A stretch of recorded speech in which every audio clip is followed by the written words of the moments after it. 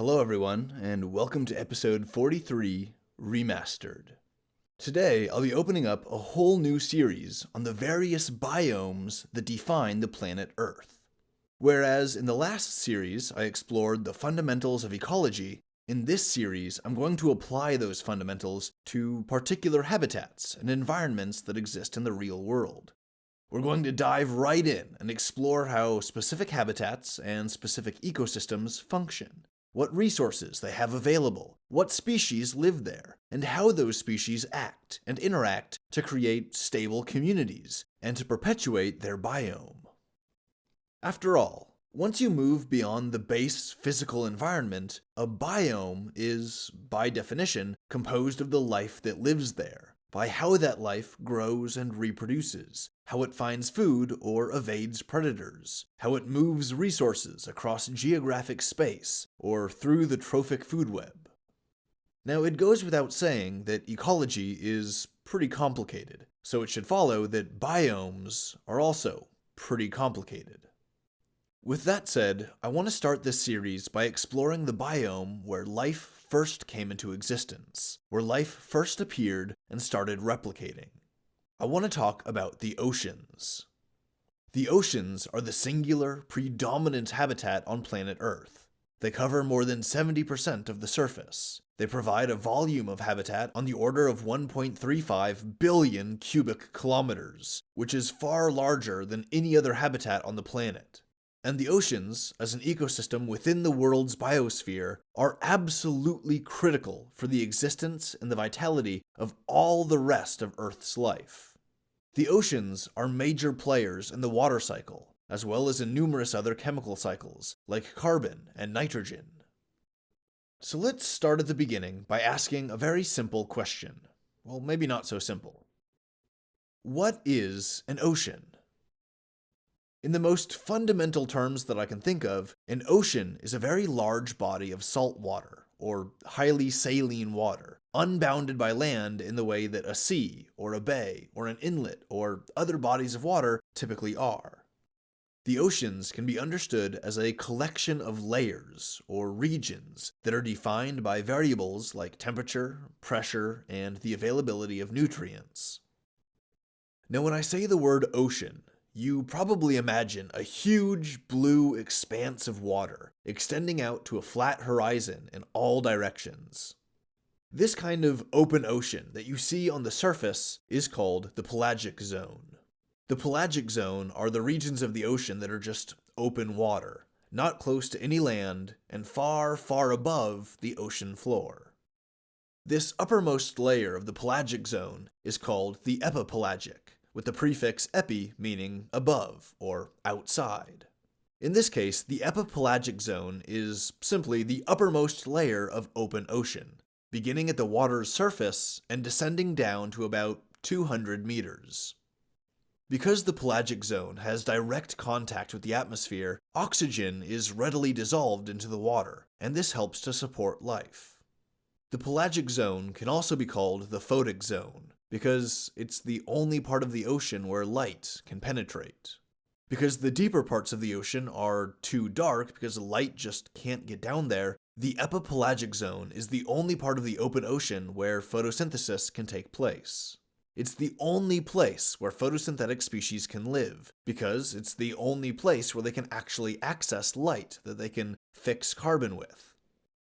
Now, it's not just photosynthetic organisms.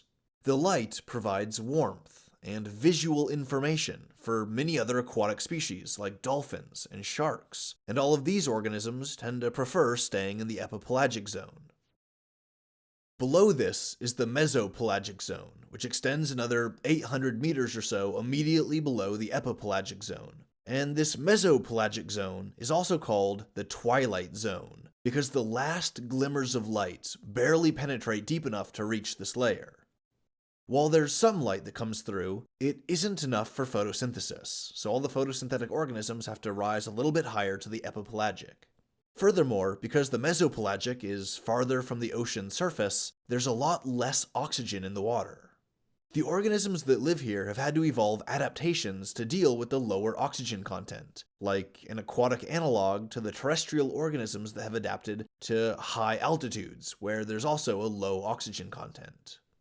The organisms that live in the mesopelagic zone have adapted to this lower oxygen content by developing larger or more efficient gills that can extract as much oxygen as possible out of the water. Other species that live here went a different evolutionary route, and instead, they conserve their precious oxygen by moving as little as possible. Below the mesopelagic zone is the bathypelagic zone, which exists at a depth between 1 and 4 kilometers. This is so deep under the surface that no light makes it down here. Photosynthesis is entirely out of the question. It's impossible because it's just too dark. Besides the bodies of the macroscopic organisms, which are few and far between, the only food that exists in the bathypelagic zone is the little bits of detritus, the decaying flesh and the rotting tissue that rains down from the upper layers of the ocean, where the sharks and the tuna and the other predatory fish will kill other fish and rip apart their bodies in the course of eating a meal. They'll make a huge mess. Guts and blood and scales and gore will get thrown all over the place, and chunks of the flesh that's been torn free will rain down from the site of the kill. These fleshy chunks and bits of blood and pale gore are referred to as marine snow, because they literally snow down through the levels of the ocean. This deep bathypelagic zone is also often visited by the giant squid.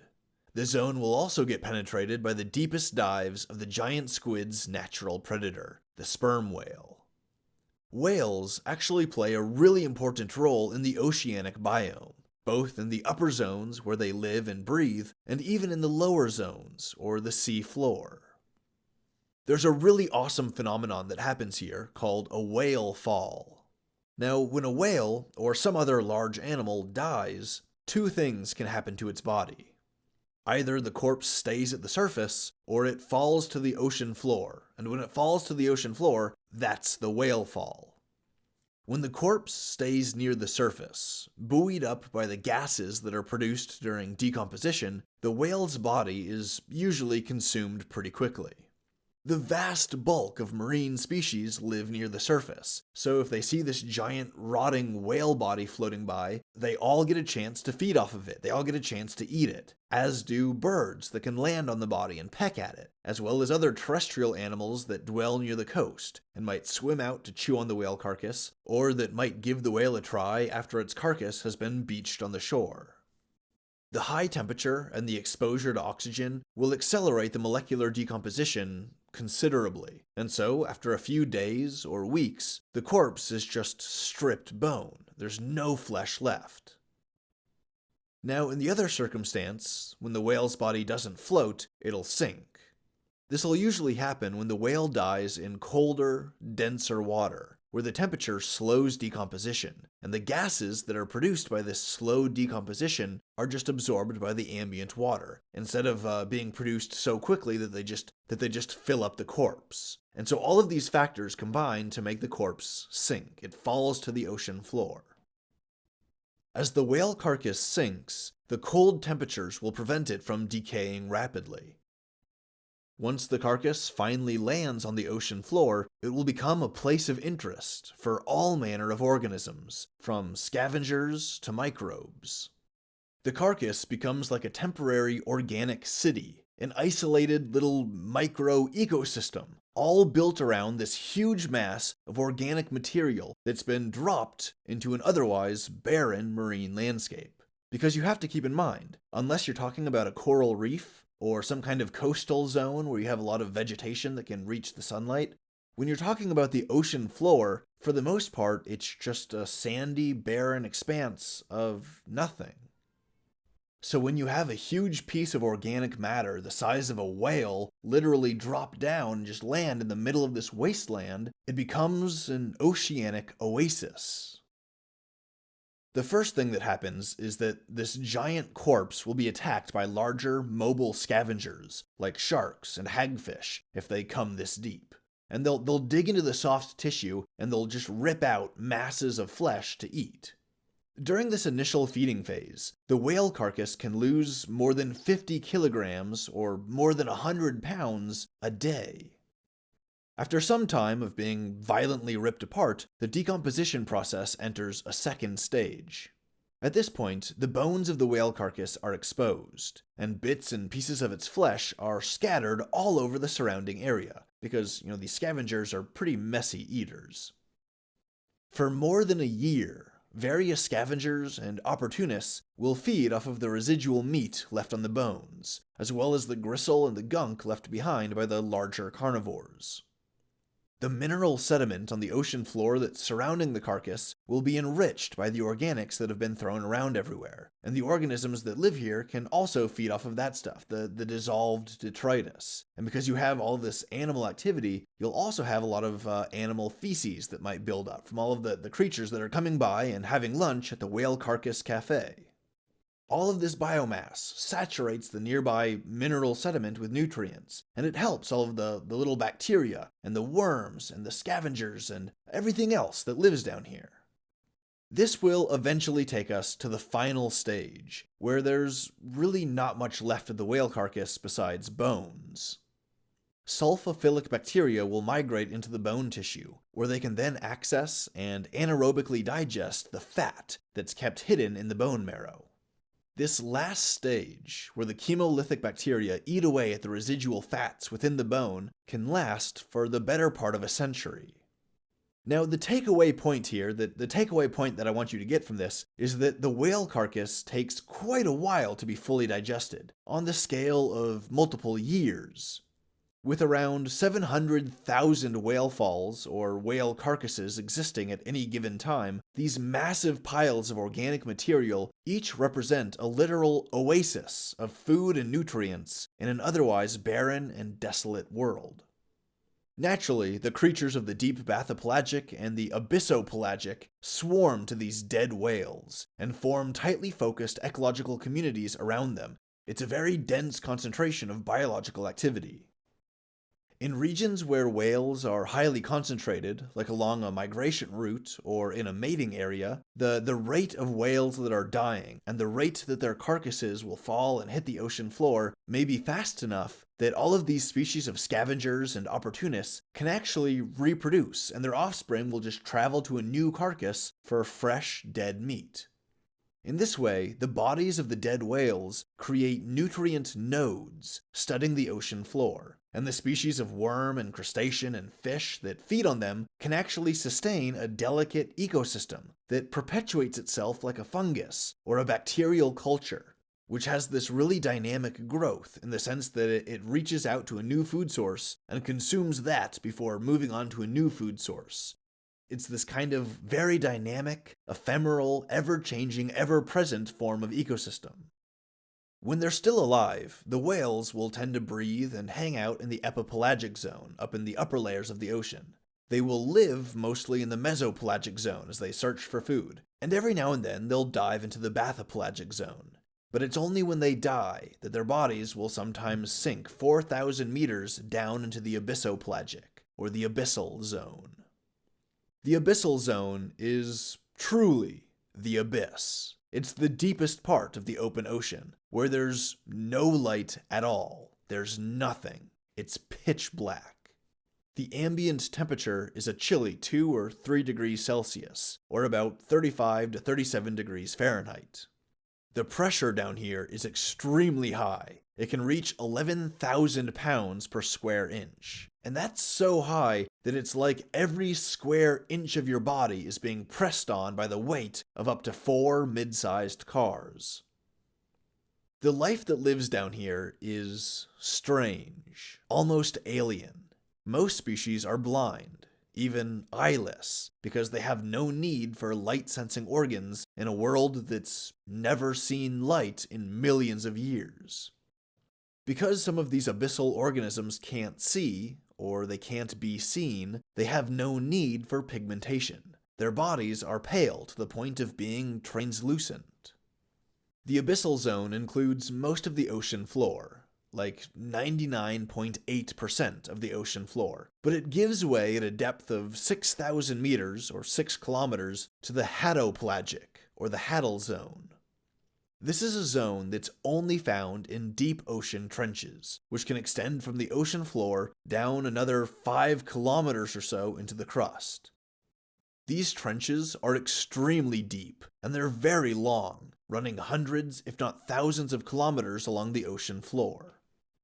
Surprisingly, life in the Hadal Zone is actually slightly more concentrated than in the areas of open ocean around it, because the geography creates a tapering crevice where all of this marine snow, all of this detritus, can fall and accumulate. So the organisms that live down here in these deep ocean trenches are all accustomed to the immense pressures and the total darkness, and this includes tube worms, sea cucumbers, sea spiders, prawns, and jellyfish. The primary food source for all of these macroscopic organisms mostly comes from the marine snow that rains on them from above and accumulates at the bottom of their crevice, at the bottom of their trench.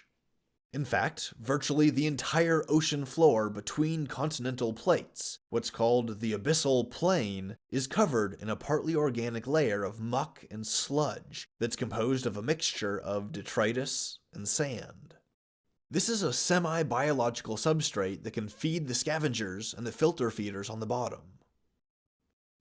The only natural light that exists in the depths of the bathopelagic, the abyssopelagic, and the hadopelagic zones comes from bioluminescent organisms, like the anglerfish with their forehead-mounted lures, and the barbelled dragonfish with their illuminated scales. The rest of the species at these depths, all of the other species that aren't bioluminescent, be they pale blind fish, sea spiders with a leg span reaching more than 2.5 feet, or some kind of crab, prawn, or clam, whatever they are, they live their lives in virtually total darkness. There are other biological communities that exist at these great depths, but they are microscopic, microbial. They live independent of the heat of the sun, or any chemicals produced in the wider ocean. These microbial communities live in the deep-sea hydrothermal vents that dot the borders of continental plates, feeding off of the sulfuric compounds that get expelled from the rifts between these moving plates. These thermophilic and sulfurphilic microbes, typically bacteria, can live in these extreme environments, which has shaped them into remarkably unique species that live at the deepest, most inhospitable depths of the ocean. All told, there are some 230,000 species of animal known to live in the oceans, coming from a wide variety of clades and lineages. Fish are an obvious example, as the oceans are just teeming with fish. Cnidarian species like jellyfish also thrive in the oceans, as do cephalopods like squid and octopus, crustaceans like crab and lobster, echinoderms like starfish and sea cucumbers, marine mammals called cetaceans like whales and dolphins, as well as billions of smaller organisms like worms, nematodes, and plankton. The plankton are particularly fascinating ocean-dwelling creatures that I want to explore in a little more detail. The term plankton doesn't actually refer to any particular species or even lineage. Plankton is a general term that refers to the many microbes and microorganisms that are floating in the water, whether they be algae, protozoa, bacteria, or archaea. Because the plankton are small, they don't have the power to swim laterally against the current, but they can occasionally swim up or down. The plankton will generally exist as a diffuse cloud of organisms that are scattered throughout the ocean. The plankton belong in an ecological niche that makes them the basis of their marine food chain, much like the primary producers are for terrestrial habitats. Also like primary producers on land, the plankton in the ocean have a critical part to play in carbon and oxygen cycling. There are numerous species of photosynthetic plankton called phytoplankton, and these live in the epipelagic zone, or the photic zone, where they can access light and perform photosynthesis. But more than this, the chemical product of their photosynthetic respiration is molecular oxygen. This molecular oxygen diffuses through the water, and it enables other organisms like fish to breathe. In fact, the mass oxygen production of all of these phytoplankton has been the stabilizing factor in the CO2 and O2 balance in the atmosphere for literally hundreds of millions of years. And yes, in the atmosphere, not just in the ocean. And this is because the concentration of these gases in the oceans influences the rate at which the oceans absorb these gases from the atmosphere. So it's all part of this interconnected, co-regulatory cycle, and the plankton play a really big role in this. So in this way, the phytoplankton are quite a bit like land plants. They produce the oxygen that's needed for the animals to breathe and survive. Anyways, you also have zooplankton, which are microscopic animals, and they come along and eat the phytoplankton, much like how herbivores come along and eat plants. These zooplankton act as primary consumers, bringing the carbon in the bodies of the primary producers of the phytoplankton into the food chain. They then distribute this carbon by breathing out CO2, or by getting eaten by some larger organism, or by dying, where their little tiny bodies will sink to the ocean floor, and they'll decay to contribute to this semi-organic sediment layer on the bottom. Just as they play a critical role in chemical cycling, the plankton also play a critical role in the food web for much larger and much more complex organisms, like fish and whales. The life cycle of a fish begins with the larva breaking out of the yolk sac, or the egg, and then swimming around in the open water. The fish larvae, for virtually every species, are, at first, small, weak, and inexperienced. They don't really have the physical capacity to hunt down anything larger or more sophisticated than plankton. And what this means ecologically is that the perpetuation of fish populations is highly dependent on the density of plankton. If the density is too low, the fish will have produced more larvae than the habitat can support, and so some non-trivial percentage of the larvae will starve to death. Obviously, this has a downstream influence on the size of the fish population and their concentration in particular regions of the ocean. If we go to an extreme, like if the plankton in a particular area are wiped out or killed off entirely, then local fish larvae populations will crash because they can't feed themselves, and so the newest generation of larvae will all starve and die off. The fish are a hugely diverse paraphyletic group of species that live at every depth in the ocean, from the epipelagic to the hadopelagic. Fish live on the continental shelves that extend outwards nearly 500 kilometers from the shore, mostly submerged except for the terrain that sits above sea level. The water above the continental shelf is relatively shallow compared to the open ocean, but at the edges of the shelf, there's a steep slope that descends into the abyssal plain. Because the continental shelves are so elevated and so close to the surface of the ocean, they often receive enough sunlight to feed a much denser biota of photosynthetic organisms that would never be possible in the deeper ocean. As I've said before, the density of primary producers in a particular habitat is a key factor that's limiting the size of the ecosystem that can ultimately feed off of them. This means that these marine areas with access to sunlight are really fertile for life, because they can sustain viable populations of marine plants. And the marine plants can feed herbivores, and the herbivores feed all of the carnivores. And so you can see that having this large, viable population of marine plants that spread across the continental shelf can feed everything else in the food chain above it. And so having these plants is really important. It's critical for having this density of life that exists in the epipelagic. I mean, pretty much all kinds of life are much more common on the continental shelves. The majority of fish species live here, as do marine arthropods and crustaceans. Corals exist with much higher abundance on the shelf than they do on the abyssal plain. And the primary producers that are virtually non-existent in the open ocean are able to thrive on the continental shelves. Some of these primary producers form kelp forests, literal forests of kelp that are floating there, and these are some of the most dynamic and complex ecosystems on the planet.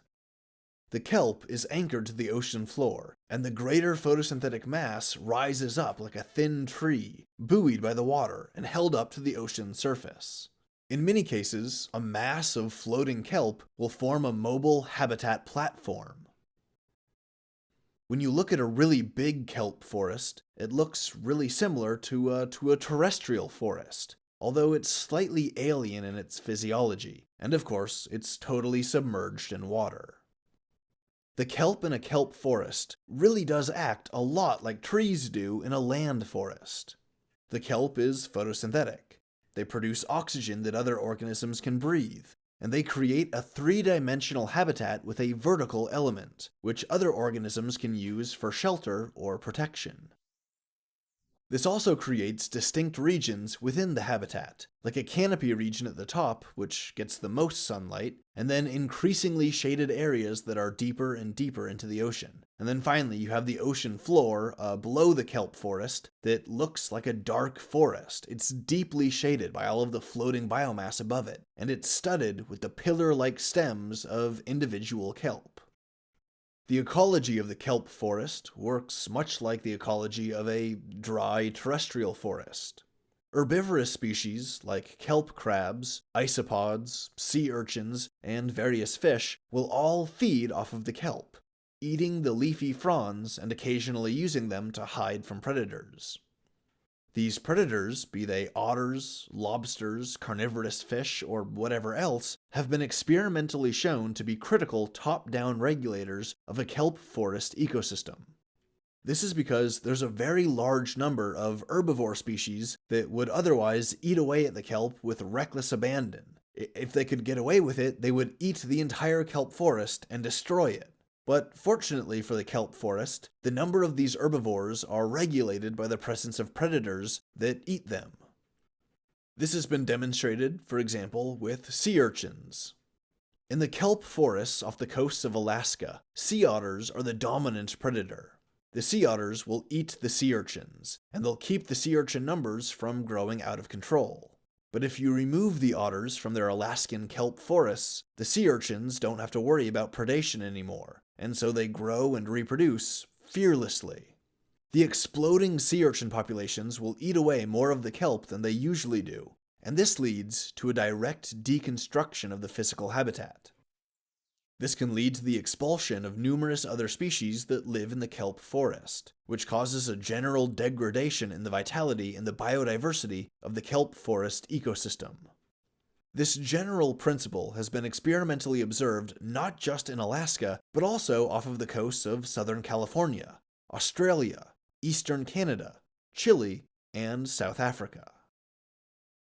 Another type of complex ecology in the ocean takes the form of a coral reef.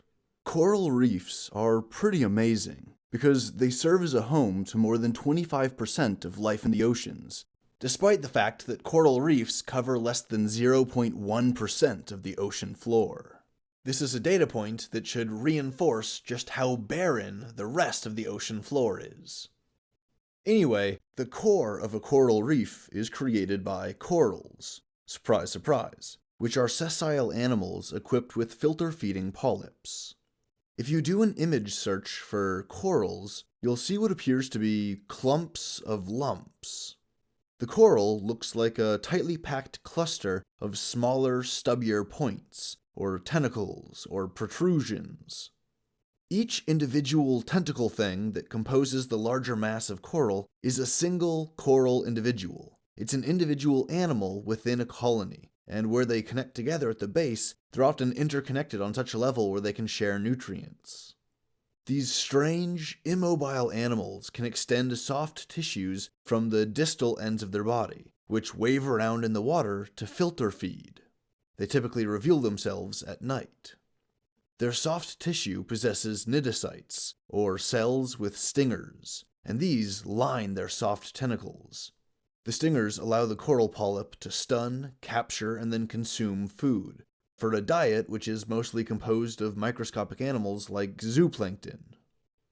However, the coral polyps can also capture small arthropods scuttling near the coral, or even small fish that swim too close.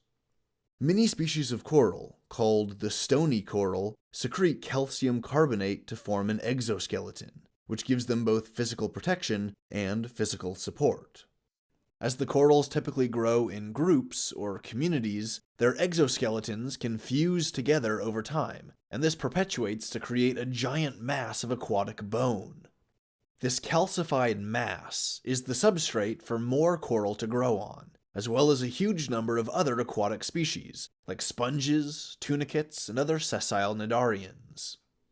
These immobile organisms create the physical architecture of the coral reef, which then becomes a home for thousands of species of fish, like the clownfish that live within the stinging tentacles of a sea anemone, as portrayed in the classic Pixar movie, Finding Nemo.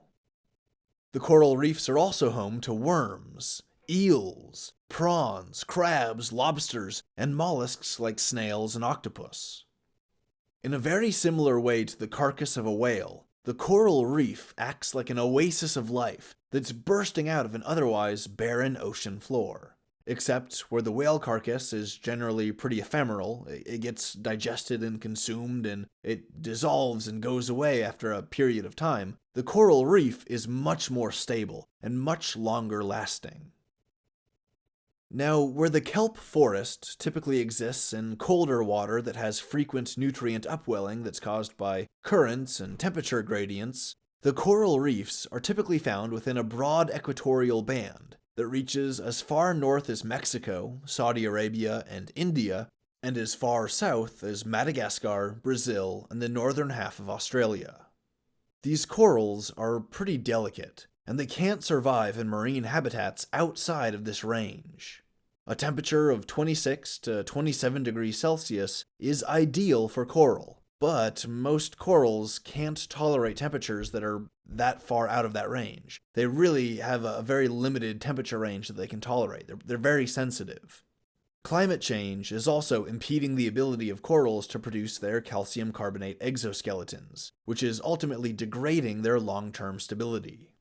Corals are also very sensitive to nutrient availability, and they typically rely on symbiotes to get the nutrients that they need. Perhaps the most important of these symbiotes is the photosynthetic algae Zooxanthellae.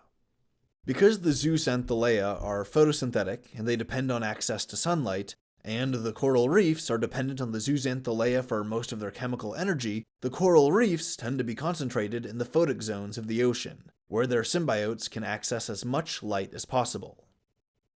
To sustain this symbiotic relationship, the corals will consume plankton through filter feeding. They filter feed the plankton out of the seawater, and they digest their little bodies down into nitrogen and carbon-containing compounds that then get shared with the Zooxanthellae, which, in return, give the coral energy-rich nutrients like glycerol, glucose, and amino acids for building proteins.